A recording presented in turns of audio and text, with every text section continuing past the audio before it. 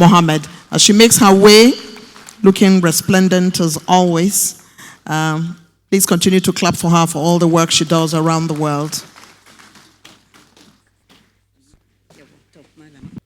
I speak as a proud African woman and as someone who has seen the cost of insecurity in families and communities across our continent, from Boko Haram in Maiduguri to the RSF in Sudan and to the conflict in Ethiopia and more recently in Gaza. These gatherings mark the birth, this one in particular, marks the birth of a new era in African security cooperation at such a critical moment. It is the first of its kind to represent the boots on the ground, a rare opportunity to connect their realities with the policy decisions that shape our continent's security. Nearly 1 in every 5 people on Earth call Africa home. Each one deserves a life in safety and in dignity. And that means protecting civilians, respecting borders, and standing by the principles of international law and the UN Charter. Above all, it calls for a united approach against our common threats. We know that Africa is at the epicenter of global terrorism deaths, and today Professor Gambari has told us just how many of those insurgency groups are on the continent. Al-Qaeda and the Islamic State affiliates coordinate across our continent, and the attacks in West Africa coastal countries surging 250% in 2 years. Violent extremism, once thought to be history, is back again in the Lake Chad Basin and in Somalia and beyond. By last year's end, over 14,000 schools were closed in the Central Sahel due to the conflict. Aside from the children who are forcibly recruited, we see young people who are drawn by fear, by money, by a false promise of belonging. And when young people see no path to education or to justice and a future, extremist propaganda finds an audience, and we risk losing an entire generation. In this new era of technology, where it should be advancing as a human endeavor, these groups are using new technologies like unmanned aerial systems and improvised explosive devices to wreak havoc. We cannot afford to be bystanders. Africa must take ownership, must be proactive, and shape how these tools will be used. Cyberspace today is now a battle space. Elections are manipulated, institutions undermined, lies are spread until neighbor turns against neighbor. And we have seen this before. Once it was a radio carrying messages that ignited genocide. Today it is social media amplifying hate at terrifying speed. Artificial intelligence is already transforming the landscape of security. Today, we do have AI tools that are helping countries suffering from conflict and insecurity, identifying food insecurity, predicting displacement caused by climate shocks, even detecting and clearing landmines. Soon, they could help us to spot patterns of unrest before violence erupts. Sadly, the same technology that offers solutions also carries profound risks. AI's expansion into security systems raises fundamental questions about human rights, dignity, and the rule of law, from autonomous border surveillance to predictive policing. It creates fertile ground for misunderstanding, miscalculation, and mistakes. AI-enabled cyber attacks could cripple entire infrastructure and paralyze essential services. Algorithms today are already being used to make life or death decisions. And to turn to another challenge, climate change. It is also reshaping the geography of security across our continent, fueling food scarcity, endangering our people, extreme heat, sea level rise, shifting rainfall patterns are driving displacement, exacerbating resource competition, and fueling instability. Shrinking water levels in the Lake Chad Basin have displaced over 3 million people. I saw this firsthand when I was Minister of Environment. The evidence is overwhelming, and it is destabilizing our world. The UN Security Council has acknowledged that climate change is a threat multiplier that fuels conflict, displaces populations, and undermines state stability.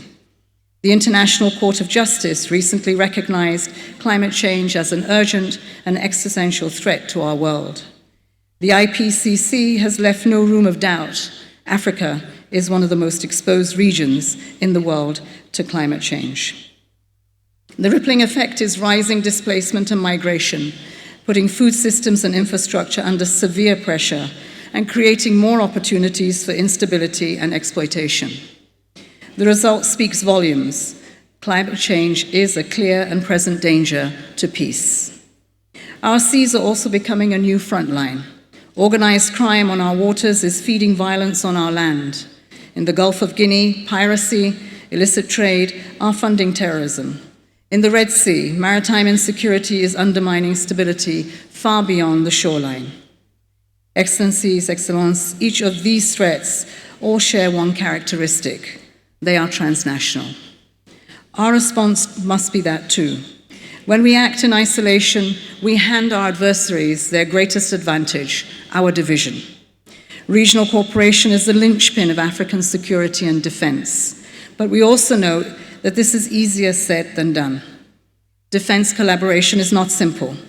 We are talking about 54 countries, each with their own policies, their histories, their priorities, and their difficulties. This makes it all the more remarkable that though the complexity and diversity, African forces find ways to act together, and you have. From the African Union's peace support operations to the Algeria African Center for Study and Research on Terrorism, Cape Verde Center for Security and Transnational Organized Crime, and Cameroon's International School for Security Forces, amongst many. The African Union deploys peace support operations where others can and will not. The multinational Joint Task Force in the Lake Chad Basin coordinates regional efforts against Boko Haram. ECOWAS in West Africa and IGAD in the Horn are coordinating troops, logistics, and political engagement. The G5 Sahel and the Accra Initiative have also played key roles. But too often, such initiatives are being held back by mistrust, tensions, gaps, and in some cases, sadly, undermined by the international community.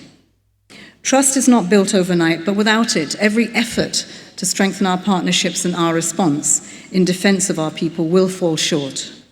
Collaboration must be targeted and intentional, and I see 3 opportunities where our unity can tip the balance.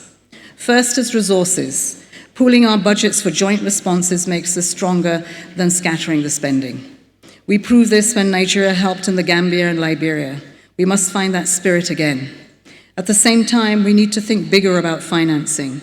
National security budgets must be complemented by international support. We can leverage the prevention components of other budgets to reinforce stability and reduce the costs of conflict before they spiral. Cutting off illicit financing is part of this battlefront.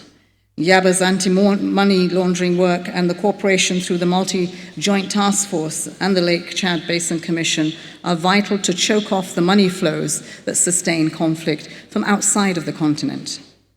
Second, intelligence and innovation. We need the right tools and mapping in place to plan and to drive strategy at scale. Reinforcing the Accra Initiative, the ECOWAS Standby Force, and giving the Joint Threat Fusion and Analysis Cell the support it needs to ensure data become decisions. The same applies at sea, joint patrols that make the Yaoundé architecture real protection for people and infrastructure. And innovation must be part of our defense, collaborating on AI from drones to cyber tools, and building on African Union's AI strategy can help us to set common standards to keep technology serving people. And third, people and partnerships. Our continent is full of military and academic centers of excellence. We need to harness this strategy and this training capacity, use it more efficiently, and deploy it where it is most needed. And we must unite the public and the private sectors. Soldiers learning side by side with engineers, technicians, innovators, regular fora with business to share cutting-edge knowledge. This is how Africa's own labs and companies can power our security future. In turn, the private sector benefits from access to credit to grow their companies and to feed their bottom line. It creates an enabling environment for young people to strive for their futures. Excellencies, Excellence, history has shown that African military cooperation and collaboration has already proven itself on the world stage. 3 decades ago, Ghana and Nigeria pioneered ECOMOG in in Liberia when regional interventions were untested. African military diplomacy stepped up into breach when others hesitated. From those West African origins and beyond, Rwanda transformed from recovery to becoming the number 2 global contributor for peacekeeping forces. Today, 9 of the world's top 15 contributors of UN peacekeeping are African nations, African troops, all active in Somalia, in CAR, and the DRC. So we are not only recipients of support from the international community, we are contributors of that support. And without African leadership, there would be no effective peacekeeping. Now, peacekeeping is entering a new era. However, this new era is facing headwinds. Politically, the UN Security Council is deadlocked, and political support is eroding. Meanwhile, external actors are pursuing their own agendas on African soil, complicating and exacerbating our security landscape. Financially, missions are now underfunded. This makes Resolution 2719 of Somalia so vital. With this resolution, and the UN Security Council acknowledged a simple truth: African crises demand African leadership, backed by global financial support for African solutions to succeed. This era, a new era of peacekeeping, also brings with it an opportunity for a new face. That face has to be younger, more diverse in people and skills that will work with communities on the front and the day after. And that includes, Excellencies, women.